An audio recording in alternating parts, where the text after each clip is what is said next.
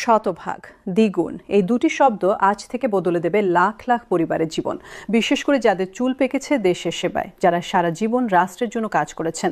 এখন যাদের বার্ধক্য, তাদের জন্য আজ এসেছে এক অভূতপূর্ব সুখবর।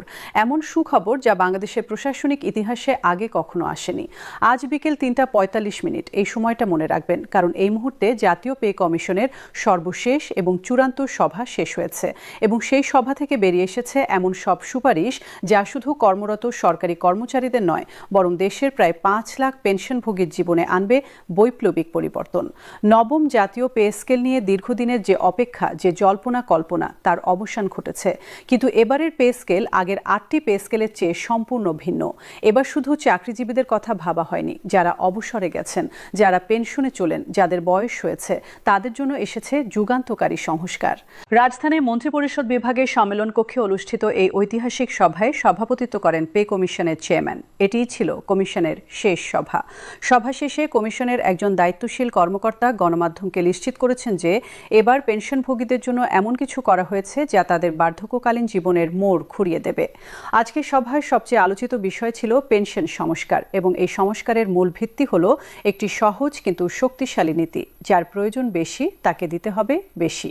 গতানুগতিকভাবে সবার জন্য একই হারে পেনশন না বাড়িয়ে এবার অবলম্বন করা হয়েছে একটি বিজ্ঞানসম্মত এবং মানবিক পদ্ধতি। পেনশনভোগীদের আয়ের স্তর অনুযায়ী ভাগ করা হয়েছে ৩টি ক্যাটাগরিতে এবং প্রতিটি ক্যাটাগরির জন্য নির্ধারণ করা হয়েছে আলাদা বৃদ্ধির হার। এই পদ্ধতির লক্ষ্য একটাই, ধনী ও দরিদ্র পেনশনভোগীদের মধ্যে বৈষম্য কমানো। প্রথম ক্যাটাগরি নিয়ে কথা বলি। এখানে রয়েছেন নিম্ন আয়ের পেনশনভোগীরা, যারা বর্তমানে মাসে ২০,০০০ টাকার কম পেনশন পান।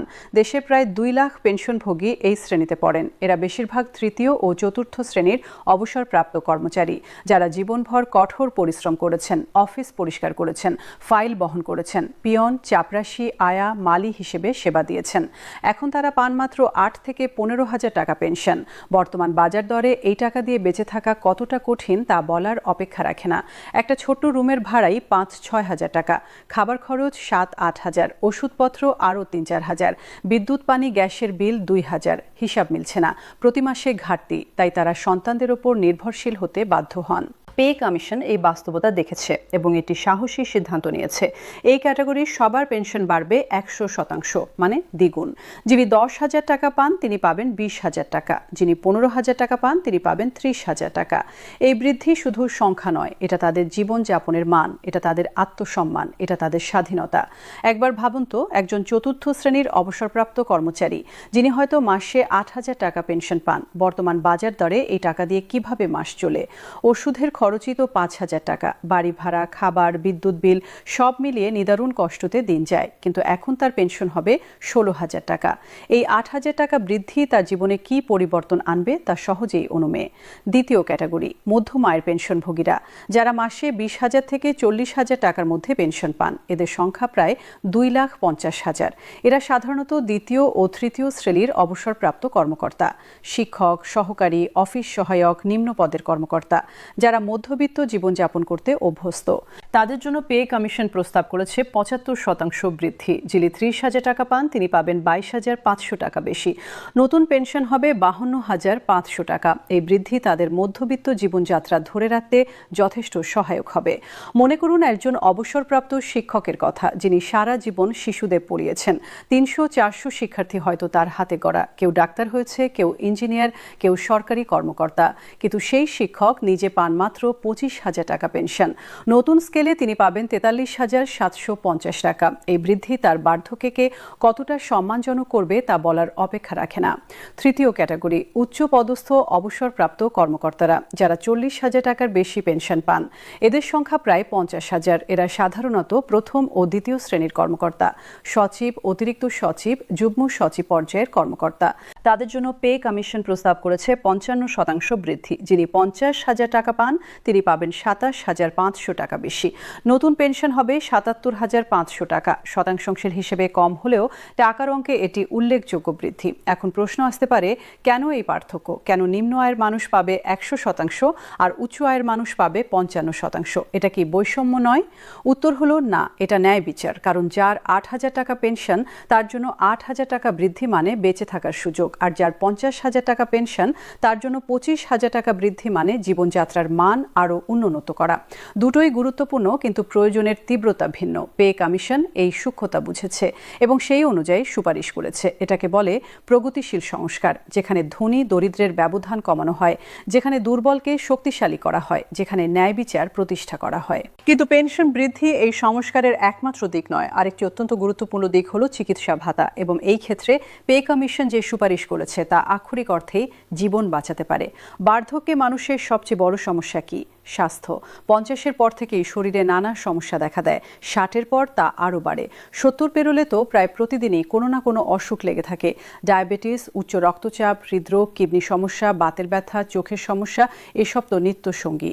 প্রতি মাসে ওষুধের খরচ 5 থেকে 10,000 টাকা, কখনো কখনো আরও বেশি। কিন্তু বর্তমানে পেনশনভোগীরা চিকিৎসা ভাতা পান কত?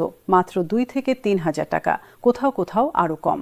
এই টাকা দিয়ে কি হয়? একটা মাসের ওষুধই কেনা যায় না, বাকিটা কোথা থেকে আসবে? পেনশন থেকে কাটতে হয়, অথবা সন্তানদের কাছে হাত পাততে হয়। পে কমিশন এই সমস্যা গভীরভাবে অনুধাবন করেছে এবং একটি যুগান্তকারী প্রস্তাব দিয়েছে।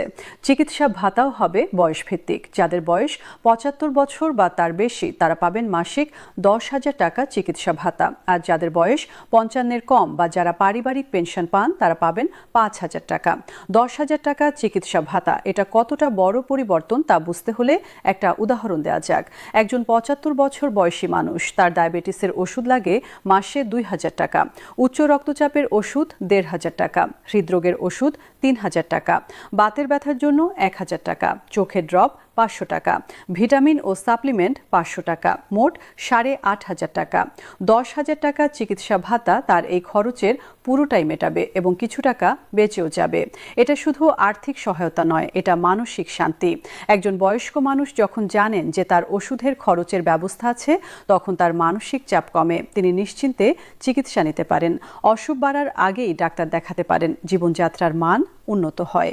মনে করুন 80 বছর বয়সী একজন অবসরপ্রাপ্ত চাপরাশির কথা। তার নানা অসুখ, প্রতি মাসে ওষুধের খরচ 7-8 হাজার টাকা, কিন্তু চিকিৎসা ভাতা পান মাত্র 2,000 টাকা। বাকি টাকা কোথা থেকে আসবে?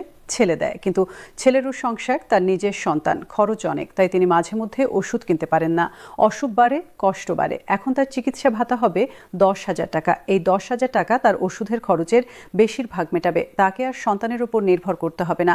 এটা তার জন্য শুধু আর্থিক সহায়তা নয়, এটা তার আত্মসম্মান। এই সংস্কারের আরেকটি গুরুত্বপূর্ণ দিক হলো এর সামাজিক প্রভাব। যখন রাষ্ট্র তার প্রবীণ নাগরিকদের দেখভাল করে, তখন সমাজে একটা বার্তা যায়। সেই বার্তা হলো বয়স্ক মানুষরা আমাদের সম্পদ, তারা উপেক্ষণীয় নন, তাদের সম্মান করতে হবে, তাদের যত্ন নিতে হবে। এই মূল্যবোধ যখন রাষ্ট্রীয়ভাবে প্রতিষ্ঠিত হয়, তখন পরিবারেও তা ছড়িয়ে পড়ে। আর কর্মরত কর্মচারীদের জন্য এটা একটা আশ্বাস। তারা যখন দেখেন যে তাদের সিনিয়ররা অবসরে গিয়ে ভালো আছেন, তখন তারা নিশ্চিন্ত হন। তারা বুঝেন যে তাদের ভবিষ্যৎ সুরক্ষিত।